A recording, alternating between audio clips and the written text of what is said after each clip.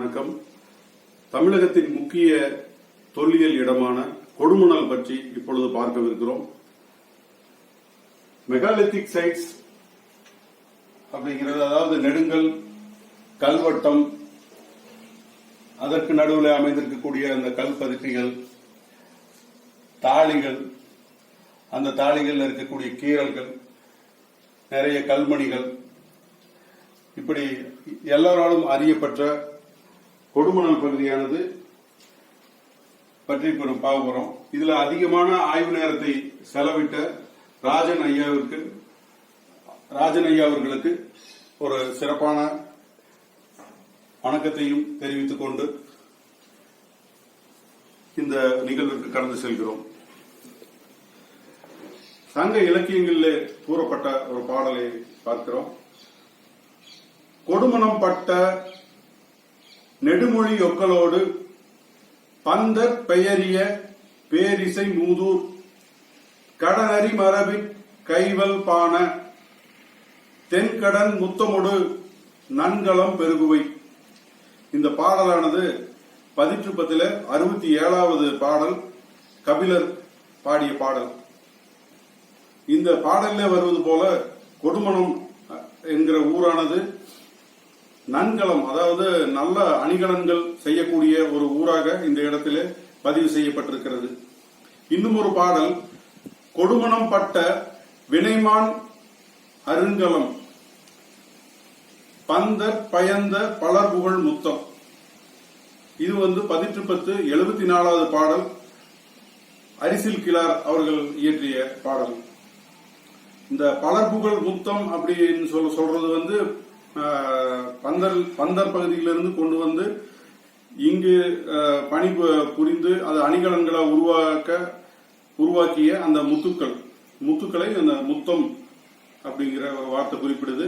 அந்த அருங்கலம் அப்படிங்கிறது அரிய அணிகலன்களை குறிப்பிடுகிறது. இப்ப இந்த இலக்கியத்தில் கூறப்பட்டிருக்கிற, சங்க இலக்கியங்களில் பாடப்பட்டிருக்கிற கொடுமணம் அப்படிங்கிற ஊர் தான் கொடுமணல் என்பதை நாம் எல்லாரும் அறிவோம். இந்த கொடுமணல் ஹிஸ்டரி கொஞ்சம் பார்ப்போம். வணக்கம். தமிழகத்தின் முக்கிய தொல்லியல் இடமான கொடுமணல் பற்றி இப்பொழுது பார்க்கவிருக்கிறோம். மெகாலித்திக் சைட்ஸ் அப்படிங்கிறது, அதாவது நெடுங்கல், கல்வட்டம், அதற்கு நடுவில் அமைந்திருக்கக்கூடிய அந்த கல் பதுக்கைகள், தாளிகள், அந்த தாளிகள் இருக்கக்கூடிய கீறல்கள், நிறைய கல்மணிகள், இப்படி எல்லாராலும் அறியப்பட்ட கொடுமணல் பகுதியானது பற்றி பார்க்க போறோம். இதுல அதிகமான ஆய்வு நேரத்தை செலவிட்ட ராஜன் ஐயா அவர்களுக்கு ஒரு சிறப்பான வணக்கத்தையும் தெரிவித்துக் கொண்டு இந்த நிகழ்வுக்கு கடந்து செல்கிறோம்.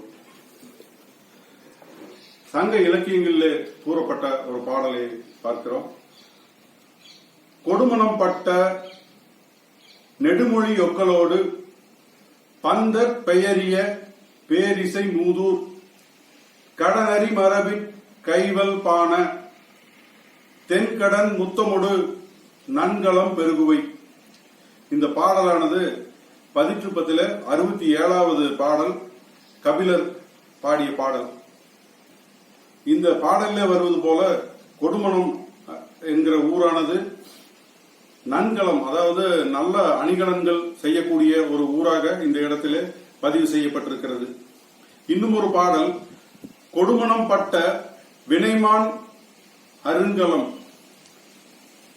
பந்தர் பயந்த பலர்புகழ் முத்தம். இது பதிற்றுப்பத்து 74வது பாடல், அரிசில் கிளார் அவர்கள் இயற்றிய பாடல்.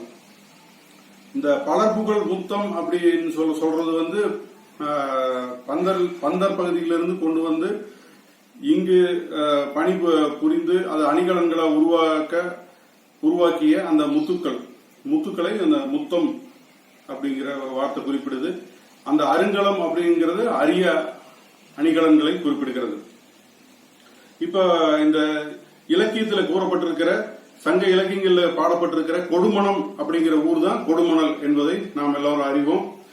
இந்த கொடுமணல் ஹிஸ்டரி கொஞ்சம் பார்ப்போம். அதாவது 1961 VN ஞான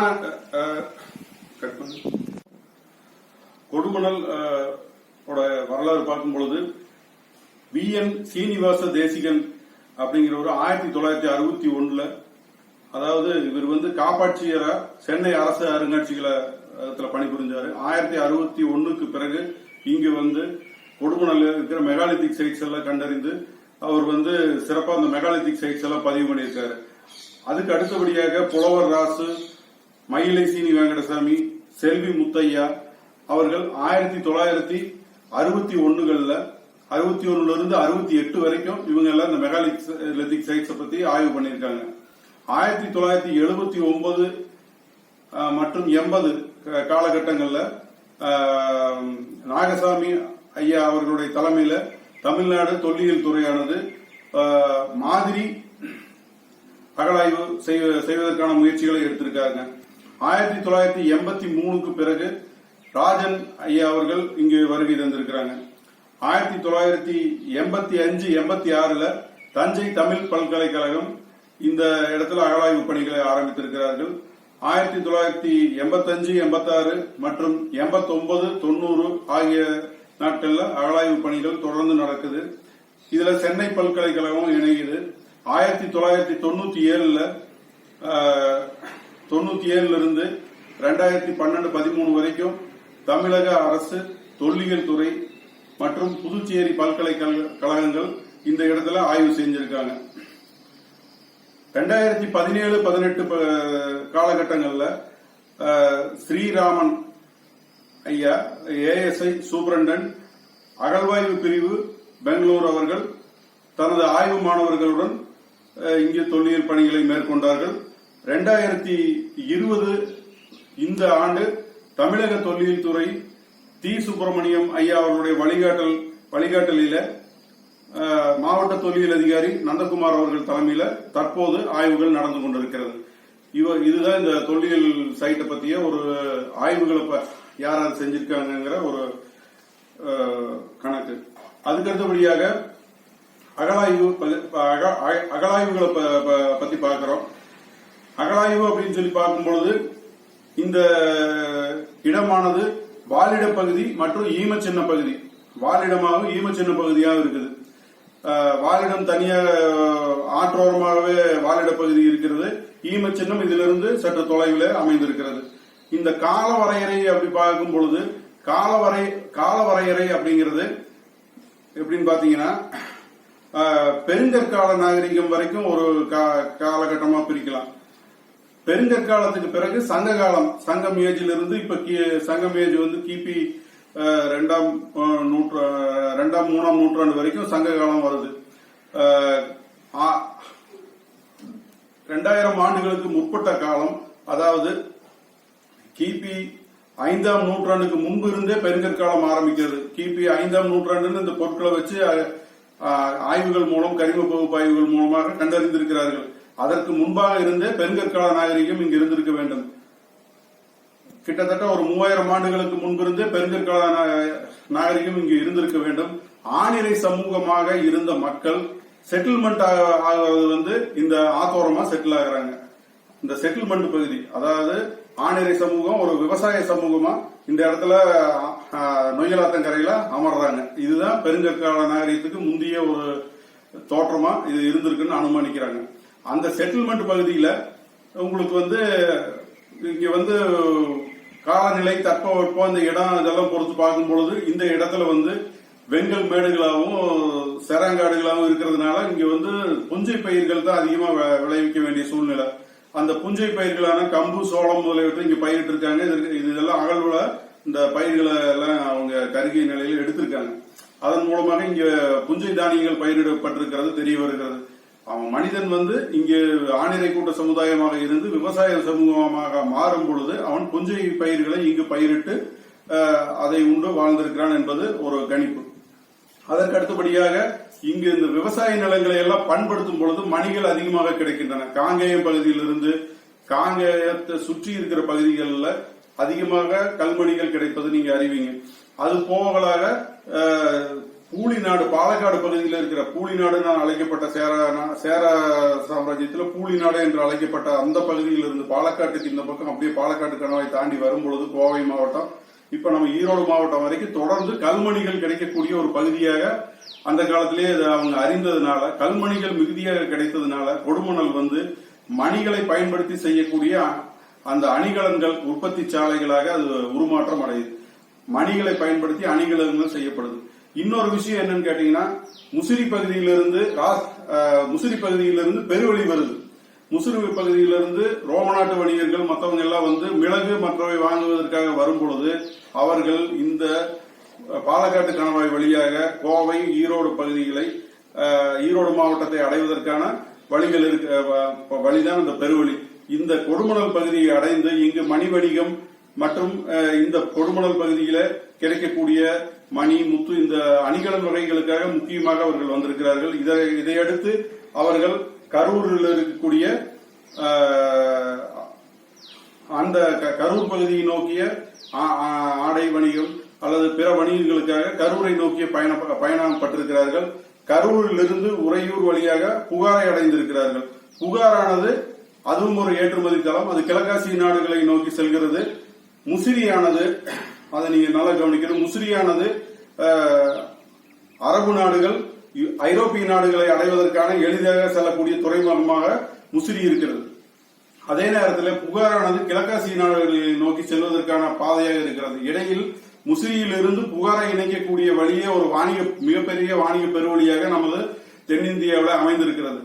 இந்த இடத்தில கொடுமணலை ஒட்டி அவர்கள் செல்லும் பொழுது, கொடுமணல் கரூரை அவர்கள் கடந்து செல்லும் பொழுது மணி வணிகமும் ஆடை அணிகலன்களும் எல்லாம் அதிகமாக நடைபெற்ற ஒரு பகுதியாக இந்த பகுதி திகழ்ந்திருக்கிறது என்பதில் ஐயமில்லை. அதாவது கால்நடை வளர்த்தல் இப்பகுதியில் இருக்குது. விவசாயம் போக அவங்க கால்நடை வளர்த்தல், அதாவது அவங்க ஹேபிடேஷன் சைட்ஸ் ஒட்டியே இவங்களுக்கு நிறைய கால்நடை வளர்ப்பதற்கான ஆதாரங்கள் கிடைக்குது. நிறைய கால்நடை எலும்புகள் கிடைத்திருக்கிறது. இது போக இவர்கள் வேட்டை தொழிலில் ஈடுபடுகிறார்கள். வேட்டை தொழில் எவ்வாறு என்று கேட்கும் பொழுது இவர்கள் வனவிலங்குகளான மான்களை அதிகமாக வேட்டையாடி இறைச்சிக்காக வேட்டையாடி இருக்கிறார்கள். அதை பழிப்பொருளாகவும் இவர்கள் பயன்படுத்தி இருக்கக்கூடும் என அறியப்படுகிறது. மற்றுமாக வில், அம்பு ஆகிய விஷயங்கள்லாம் கிடைக்கும் பொழுது இவர்கள் இயல்பாக வேட்டை தொழில் நன்கு தேர்ச்சி பெற்றவர்களாகவும் அது போர்க்களங்களாகவும் வேட்டைக்களங்களாகவும் அதை கருத வாய்ப்பு இருக்கிறது. அதற்கு அடுத்தபடியாக இரும்பு எஃகு தொழில். இரும்பு எஃகு தொழிலானது இங்கு சிறப்பான வளர்ச்சி அடைந்திருக்கிறது.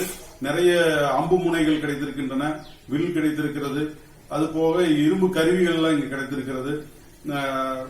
இரும்பாலான ஆயுதங்கள், கத்தி, அருவாள், கோடால், கடப்பாறை போன்ற பொருட்கள் எல்லாம், அதாவது நிலத்தை தோண்டுவதற்காக, அதாவது நிலத்தை பக்குவப்படுத்துவதற்கான அந்த முயற்சிகள், கடப்பாறை போன்ற பொருட்கள் இங்கே இருக்கு. மணி வணிகம், அணிகலன்கள், அதை பத்தி ஒரு பெரிய சப்ஜெக்ட்.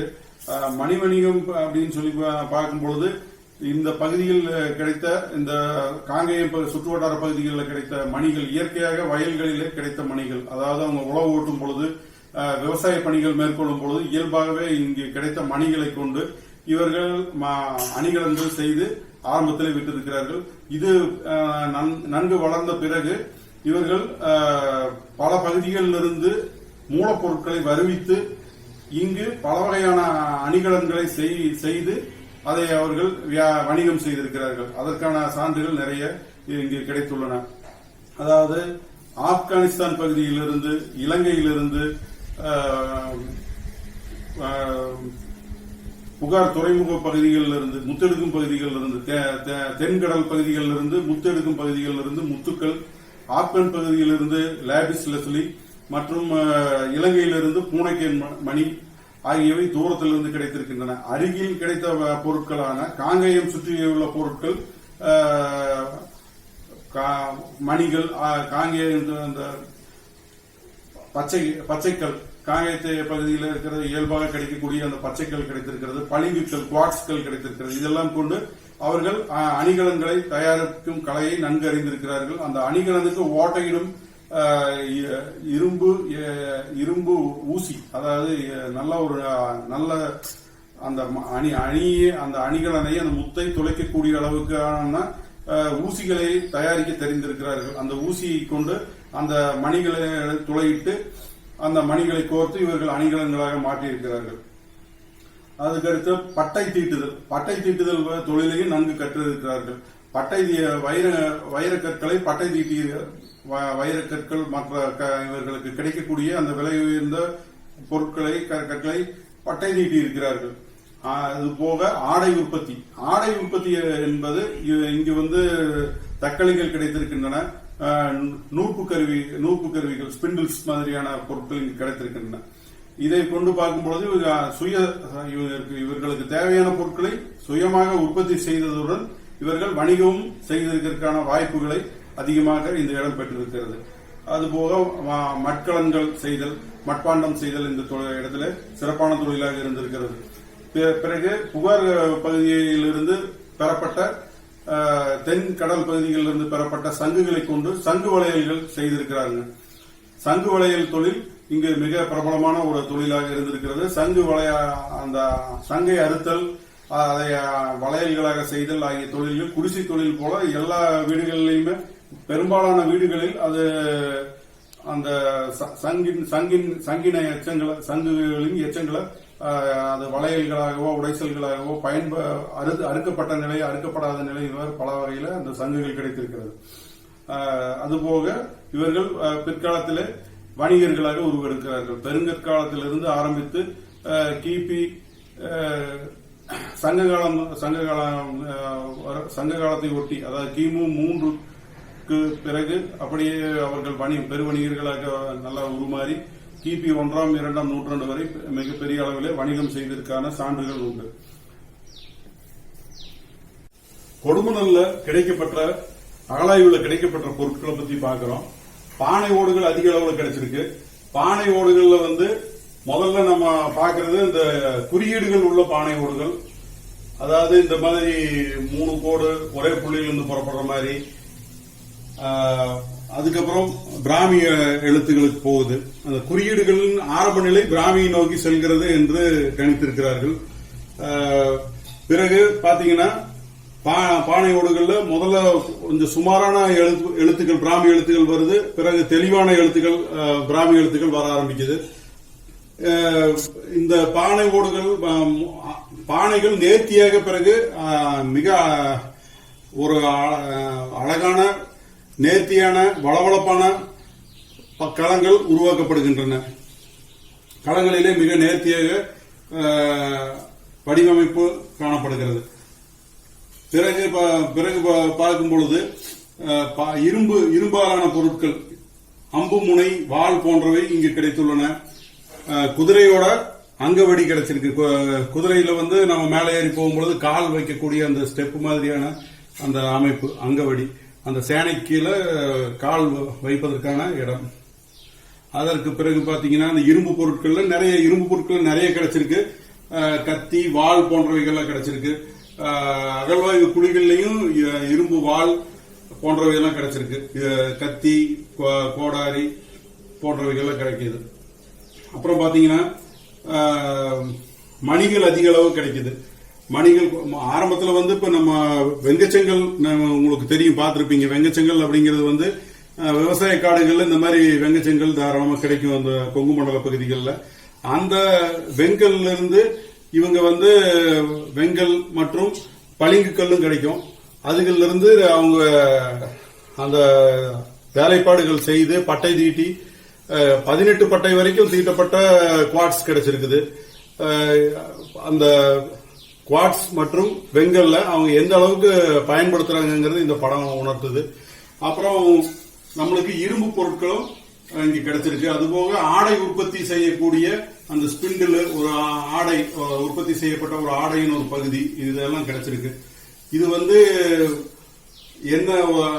என்ன மாதிரியான ஒரு அலங்கார பொருள் மாதிரியான இருக்கு. இதோட பயன்பாடு பத்தி சரியா விளக்கம் இன்னும் கண்டுபிடிக்கப்படவில்லை. இவ்வாறு நிறைய பொருட்கள் கண்டுபிடிக்கப்பட்டிருக்கிறது. நாணயங்கள் கண்டுபிடிக்கப்பட்டிருக்கிறது.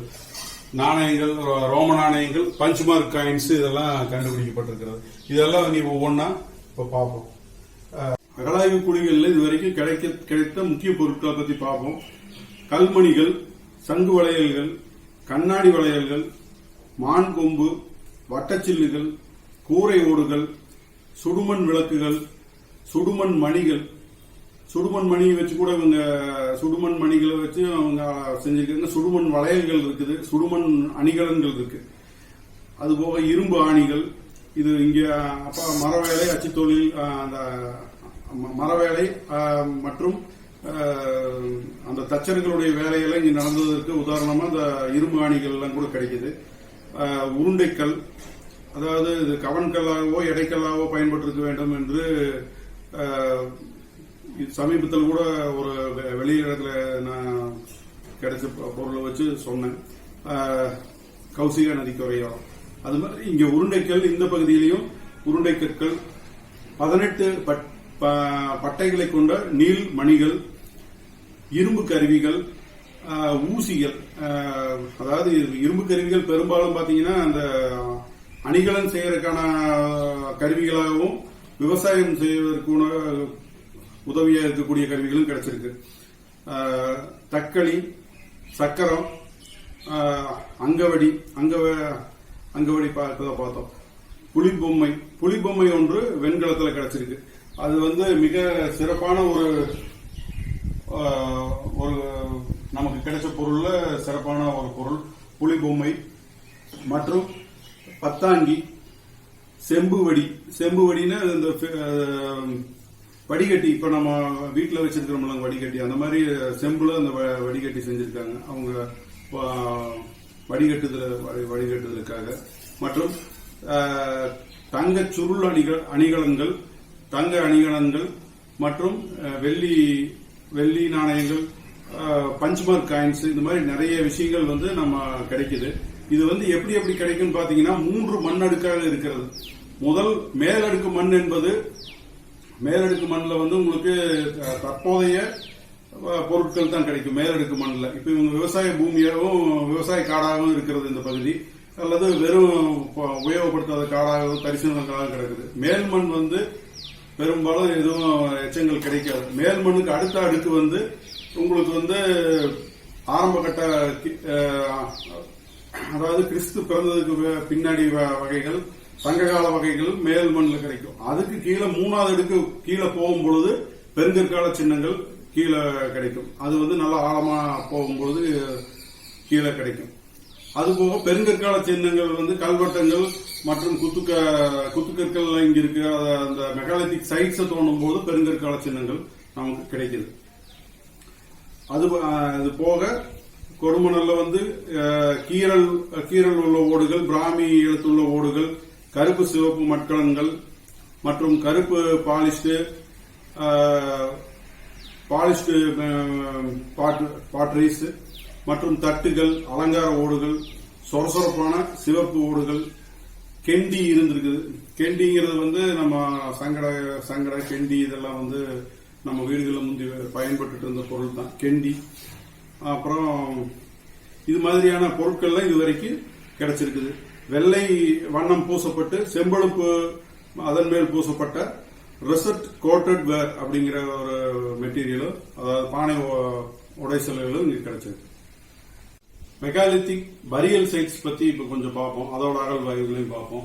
மெகாலித்திக் பரியல் சைட்ஸ் அப்படிங்கிறது அந்த மெகாலித்திக் அந்த கல்வெட்டத்துக்கு நடுவில் இருக்கிற கல்பதுக்கைகளை உள்ள கல்வெட்டத்துக்கு நடுவில் இருக்கிற கல்பதுக்கைகளை ஓபன் பண்ணி பார்க்கும்பொழுது அங்க நடந்த அகழ்வாய்வுகள்ல அந்த பெரிய குத்துக்கள் பகுதியில் இருக்கிற அந்த பெரிய குத்துக்கள் இருக்கிற இடத்துல மட்டும் 7000 அரிய கல்மணிகள் கிடைச்சிருக்கு. கல்மணிகளில் அலங்கார கோடுகள் இருக்கின்றன. மானின் எலும்புகள் அங்கு நிறைய கிடைச்சது. நீண்ட வாள் ஒன்று கிடைச்சிருக்குது. இருபுறமும் கூர்மையான கோடாரி ஒன்று கிடைச்சிருக்குது. இது போக படையல் பொருட்களாக தனியாக கிண்ணங்கள், பானைகள்ல 17 அம்பு முனைகள் கிடைச்சிருக்கு. வாள், கத்தி, செம்பு வடிகட்டி இவையெல்லாம் கிடைச்சிருக்குது. நீண்ட வாள் நிறுத்தி வச்ச நிலையில 1.7 மீட்டர் உயரமுள்ள ஒரு பெரிய வாள் கிடைச்சிருக்குது. 1.5 மீட்டர் கிட்டத்தட்ட 1.25 மீட்டர் இருக்கிற ஒரு பெரிய வாள் கிடைச்சிருக்குது. அப்ப அதை உபயோகித்த நபர்கள் எவ்வளவு திடகாத்திரமான ஆட்களாக இருந்திருக்க வேண்டும் என்பது சிந்தனைக்குரியது. அதுக்கடுத்தது வில் 1.25 மீட்டர் உயரமுடைய வில் கிடைச்சிருக்குது. அம்பு முனைகளும் கிடைச்சிருக்கு. ஆக இந்த இடம் ஒரு வேட்டை தொழிலும் இருந்திருக்கும். இவங்க வேட்டை தொழில் அதாவது செட்டில்மெண்ட் ஆனவங்க ஒரு இனக்குழுவை உருவாகி அந்த இனக்குழுவானது தன்னுடைய அடுத்த இனங்களிலிருந்து பாதுகாப்பதற்கான போர் கருவிகள் கூட அவங்க உற்பத்தி பண்ணக்கூடிய ஒரு பெரிய இனக்குழு தலைவர்களாக உருவான நிலையை குறிக்கிறது. கொடுமணல்ல கிடைக்கப்பட்ட பானை ஓடுகளில் பொறிக்கப்பட்ட அந்த பிராமி எழுத்துக்களை பத்தி இப்ப பார்க்கிறோம்.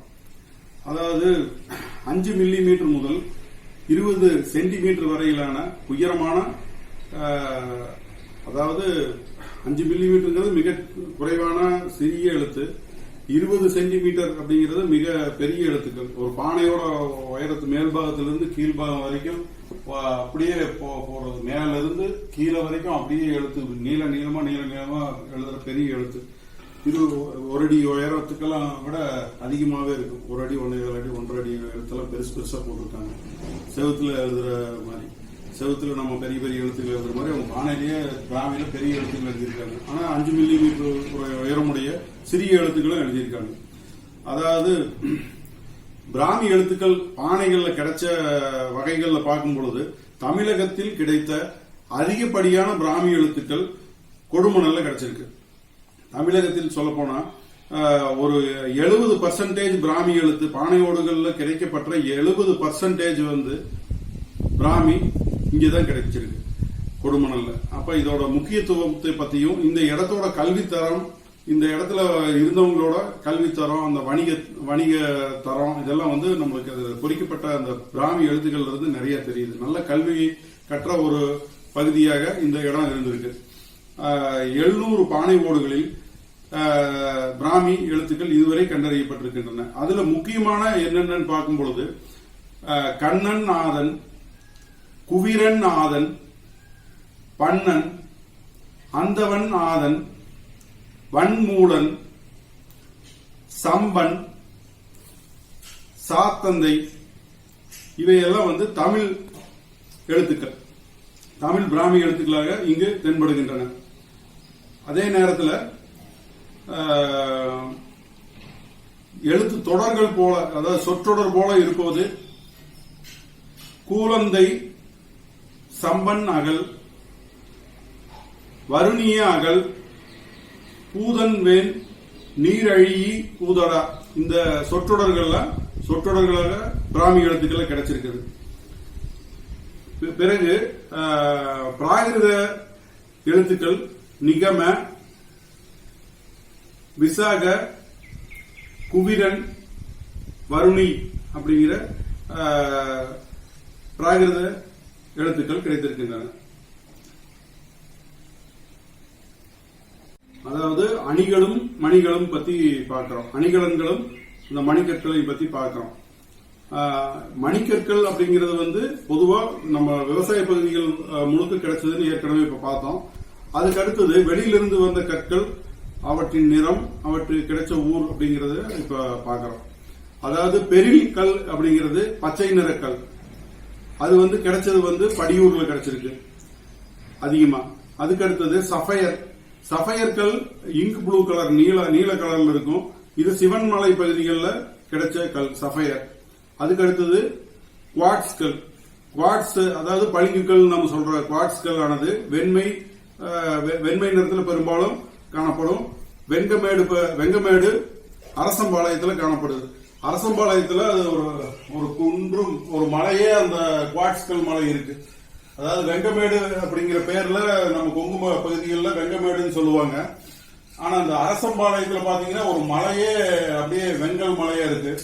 இது பூராமே குவாட்ஸ்கல் அப்படின்னு அறியப்பட்டு அதுல இருந்து அரசம்பாளையத்திலிருந்து கொடுமணலுக்கு நிறைய எடுத்து அவங்க அணிகலன்கள் செய்திருப்பார்கள் என்று கருதப்படுகிறது. அதுக்கடுத்தது கார்னீலியன்.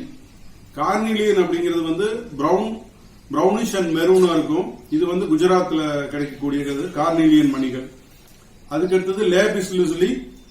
இது உங்களுக்கு ராயல் ப்ளூ கலர்ல இருக்கும். இது ஆப்கன் பகுதியில் கிடைக்கிறது. பூனை கண்மணி இலங்கையிலிருந்து தெரிவிக்கப்பட்டது. இந்த கற்கள்ல பெரும்பாலான கற்களின் படங்களை வந்து பின்னாடி இணைச்சிருக்கிறேன், அது பாருங்க. அதுக்கு அடுத்தது ரோமை தொடர்பு. ரோமை தொடர்பு பத்தி பார்க்கிறோம். ரோமை தொடர்பு அப்படிங்கிறது அரிட்டைன் ரவுலட்டட் ஓடுகள், அந்த ரோம கிரேக்கத்துக்கு பகுதிகளிலிருந்து அவர்களுக்கே உரித்தான அந்த அரிட்டைன் ரவுலட்டட் ஓடுகள் இங்க கிடைச்சிருக்கு. அப்புறம் சூரிய கடவுளான அப்பல்லோவின் சுடுமண் பொம்மைகள் இங்கு கிடைச்சிருக்கு. அந்த அப்பல்லோ அப்படிங்கிற சுடுமண் பொம்மை, அதாவது சூரிய கடவுள் அப்படின்னு அவங்க கும்பிடுறாங்க. அவங்க அந்த வணிகர்கள் இங்கு வரும்போது போகும்போது அவர்கள் அதை தெய்வமாக அவர்கள் கையிலேயே கொடுத்திருக்கலாம், அல்லது இங்கே ஏதாச்சும் பரிசளிச்சிருக்கலாம். அதற்கடுத்தது பார்க்க போனா ரோமை நாட்டு நாணயங்கள் இங்க அதிகமாக கிடைச்சிருக்கு. கொடுமணல்ல இருந்து ஒரு 5 கிலோமீட்டர் தூரத்துல கத்தாங்கண்டின்னு ஒரு இடம் இருக்கு. அங்க பாத்தீங்கன்னா ஒரு 233 தெனாரியம் காசுகள் கிடைச்சிருக்கு. இது வந்து பாத்தீங்கன்னா அகஸ்டஸ் சீசர் மற்றும் டைபீரியஸ் அவர்கள் மன்னர்களுடைய காசுகள். அகஸ்டஸ் சீசருடைய ஆட்சி ஆண்டு வந்து கிமு 44 முதல் கிமு 14 வரையிலான காலம். அதே டைபீரியஸோட காலம் கிபி 14 முதல் 37 வரையிலான காலம். அந்த காசுகள் இந்த பகுதியை சுற்றிலும் கொடுமணல் ஊருக்குள்ளும் கொடுமணலை சுற்றிய பகுதிகளிலும் அகஸ்டஸ் சீசஸ் டைபீரியஸ் காசுகள் கிடைக்குது. அதுக்கு அடுத்தது ஓமன் பகுதியில் இருக்கக்கூடிய நந்தன் கொற்றி, அந்த நந்தன் கொற்றி பிராமி பத்தி பார்க்கிறோம். அந்த நந்தன் கொற்றி பிராமி ஒரு பெரு வணிகனால் அங்கு சென்றதாக அறியப்படுகிறது. இங்கும் வந்து நம்ம கொடுமணல் பகுதியிலிருந்து கிடைத்த முத்துக்கள் மேற்கு கரை வழியாக அந்த நாடுகளை அடைந்திருக்குது. இந்த எழுத்து வந்து தமிழ் பிராமியில் இருக்கிறதுனால இந்த நம்ம வணிகர்கள் அந்த பகுதி வரைக்கும் சென்று வணிகம் புரிந்ததற்கான ஒரு சான்றாக கருதப்படுகிறது. இலங்கை பகுதியிலையும் மலேசியா சிங்கப்பூர் போன்ற பகுதிகளிலும் தமிழ் பிராமி எழுத்துக்கள் கிடைப்பதால் தமிழ் பிராமி எழுத்துக்கள் சென்ற இடங்களில் எல்லாம் நம்ம தமிழக வணிகர்கள் சிறப்பாக சென்று வணிகம் புரிந்ததற்கான சான்றாகவும் இது திகழ்கிறது. இன்னும் பார்க்க போனா கிழக்காசியா இலங்கை வரைக்கும், அந்த இலங்கையில பூனைக்கண் மணி வாங்க போகும்பொழுது இப்ப நம்ம கொடுமணல் வணிகர்கள் அங்க செல்ல வேண்டிய சூழ்நிலை தான் இருந்திருக்கும். ஆப்கன் பகுதிக்கு லேபிஸ்லிஸ்லி வாங்க போறாங்கன்னா இங்கிருந்து வணிகம் அங்க போய்தான் இருக்கும். அந்த வணிகர்கள் இங்கு வந்துதான் இருப்பாங்க. அதனால உலகளாவிய ஒரு பெரிய ஒரு ட்ரேட் இங்க நடந்திருக்குது. ஆப்கானிஸ்தான் பகுதியில கிடைக்குது, இருந்து வர்றாங்க, இலங்கையில இருந்து வர்றாங்க, கிழக்காசிய பகுதி வரைக்கும் இவங்க பொருட்களை அனுப்புறாங்க. நம்ம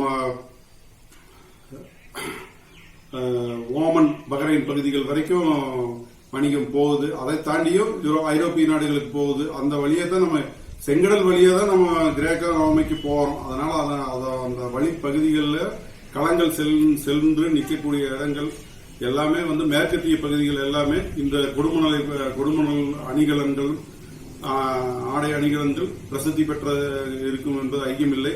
இப்பொழுது பாத்தீங்கன்னா இந்த மணிகள் மற்றும் அந்த ரோமானிய காசுகள், அப்புறம் அந்த பஞ்ச்மார்க் காயின்ஸ்ங்கிறது ஒரு பக்கம் அச்சு மாதிரி அடிச்சா பின்னாடி கும்மிலாட்ட தூக்கிக்கும், முன்னாடி அச்சாட்ட ஒரு அடி அடிச்சு ஆணி வச்சு அடிக்கிற மாதிரி தான் பஞ்சு. அந்த மாதிரி அது மாதிரி ஒரு அச்சு மூலமாக குத்தி அடிக்கக்கூடிய அந்த காசுகள் வந்து இங்க கிடைச்சது. அந்த காசுக்கு உதாரணத்துக்கு ஒரு படம் டைபீரியஸ் மற்றும் அகஸ்டஸ் சீசரோட காசுகள் உதாரணத்துக்கு ஒன்றொன்று காமிச்சிருக்கேன். மணிகள் வந்து தற்போதைய நகைகளாகவும் இருக்கலாம். அந்த நிறங்களை பார்த்துக்கிறதுக்காக, அந்த கற்களை நீங்கள் அறிந்து கொள்வதற்காக, அந்த கல்லின் நிறத்தை அறிந்து கொள்வதற்காக சில உதாரணங்கள் கொடுத்திருக்கேன். இதெல்லாம் குடும்பநாள்ல கிடைச்சதுன்னு கேட்காதீங்க.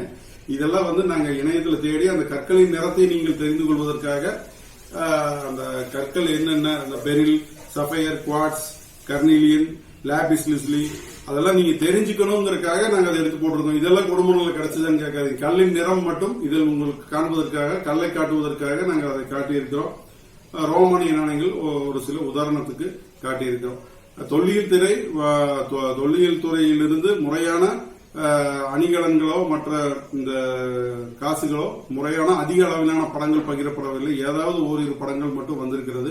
அதிகப்படியான படங்கள் பகிரும் பொழுது அவையெல்லாம் நம்மளுக்கு இன்னும் நல்லா தெரியும். இது உதாரணத்துக்கான பிற படங்கள், உதாரண படங்கள் என்று எடுத்துக்கொள்ளுங்கள்.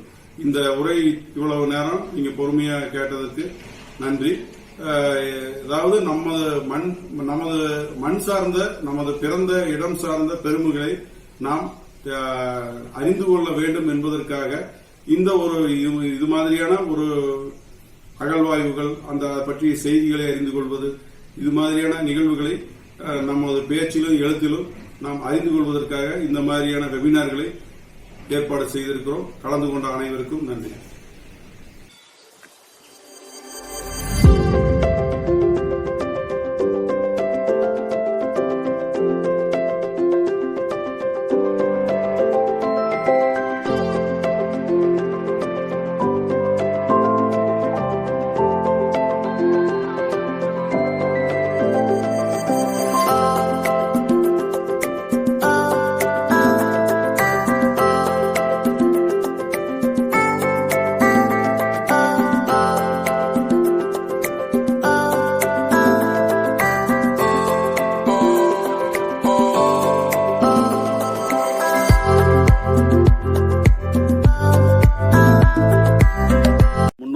பெருமையை தனக்குள்ளே புதைத்து வைத்துக் கொண்டிருக்கின்ற ஒரு அகழாய்வு பகுதி கொடுமணல், ஈரோடு மாவட்டத்தை சேர்ந்தது. சென்னிமலை அருகில் இருக்கிற கொடுமணல் கிராமத்துக்கு இப்போது வந்திருக்கிறோம். இதன் அகழாய்வு பகுதிகளை பார்ப்போம். கொடுமணல் பகுதியில் இப்போ அகழ்வாய்வு பகுதிக்கு வந்திருக்கிறோம். இப்போ அகழாய்வு குழிகளில் வேலை நடந்து கொண்டிருக்கிறது. அப்பகுதியில் இருக்கக்கூடிய ஒரு தாளி ஒன்றை அவர்கள் எடுத்து அதை பற்றி ஆய்வு மேற்கொண்டு கொண்டிருக்காங்க. அந்த உடைந்த பானை ஓடுகளை இந்த பக்கம் சேகரித்து வைத்திருக்கிறார்கள். அதை பார்க்கிறோம். இது கொடுமணல் அகழாய்வு பகுதி. இது உங்களுக்கு பெருந்துறை வட்டம், சென்னிமலை ஊராட்சி, ஈரோடு மாவட்டத்தில் அமைஞ்சிருக்குது. சென்னிமலைக்கு அருகில் இது அகழாய்வு நடக்கக்கூடிய இடங்கள் பார்க்குறோம். இங்கே வேலைகள் நடந்து கொண்டிருக்கின்றன.